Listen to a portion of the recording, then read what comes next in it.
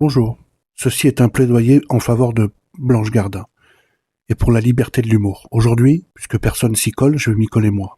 Je veux parler d'une artiste. C'est pas d'une criminelle, pas d'une haineuse, d'une humoriste, Blanche Gardin. Une femme dont le métier consiste précisément à dire ce que les autres n'osent pas dire, justement. À mettre le doigt là où ça fait mal, à déranger, et puis parfois à choquer, évidemment. Elle n'est pas la seule à avoir fait ça, il y en a plein qui le font. Parce que c'est le rôle même de l'humour, ça. Aujourd'hui, on la censure. Et pourquoi ? Parce qu'un jour, son humour a touché un sujet politique, un sujet sensible, un sujet devenu interdit. Mais, si vous voulez bien, posons-nous juste une simple question. Pourquoi accepte-t-on certains tabous et pourquoi d'autres deviennent-ils intouchables ? Prenons un exemple, que tout le monde connaît d'ailleurs. Regardez Jarry. Jarry fait de l'humour sur le handicap, un sujet infiniment sensible, des personnes vulnérables, des souffrances réelles, et pourtant, on comprend que c'est de l'humour. On comprend que l'intention n'est pas de mépriser. On comprend que le rire, lui, peut aussi être une forme de libération. Personne ne demande sa censure à Jarry. Pourquoi ? Parce que nous avons collectivement compris une chose essentielle. Se moquer d'une situation n'est pas se moquer des personnes. L'humour n'est pas un tribunal. L'humour n'est pas un discours officiel. N'est pas un communiqué politique. N'est pas un appel à la haine. L'humour est un miroir déformant. Et finalement, ceux qui sont responsables, ce sont ceux qui interprètent mal l'humour.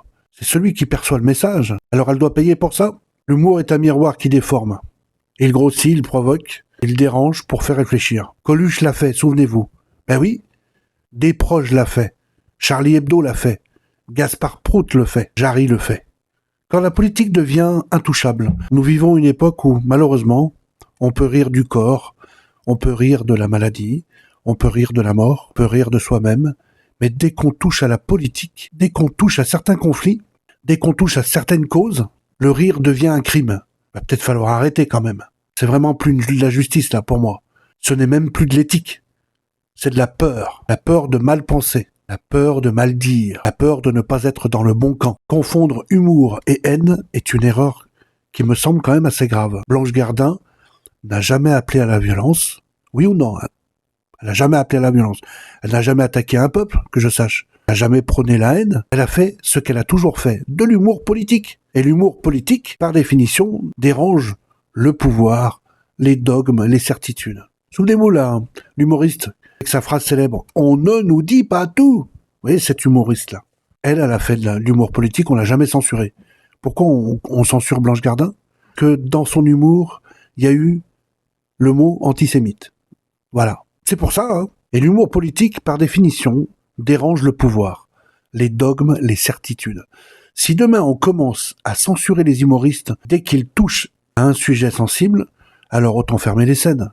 Regardez, Dieudonné. Oui, il prend cher, Voilà, c'est pareil. Ils ont évoqué la même chose dans leur humour. Et on les a censurés. Mais Coluche, il a fait pire que ça, et pourtant on l'admire. Coluche, lui, là, il les a attaqués, Mais il a pas... Je crois pas qu'il y ait un sketch de Coluche qui parle d'antisémitisme.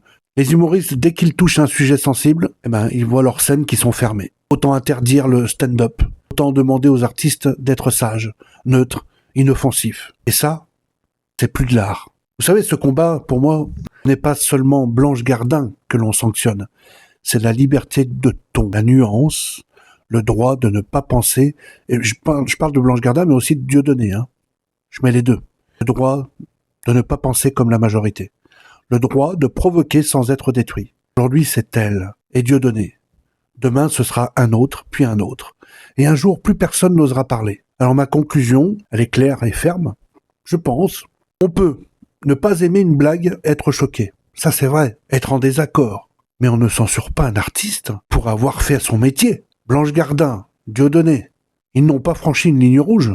Ça, c'est ce qu'on veut vous faire croire. La société l'a déplacé. Ce n'est plus l'artiste qui est dangereux. Non, c'est le silence qu'on impose. Je vous remercie d'avoir suivi cette vidéo. C'était mon plaidoyer.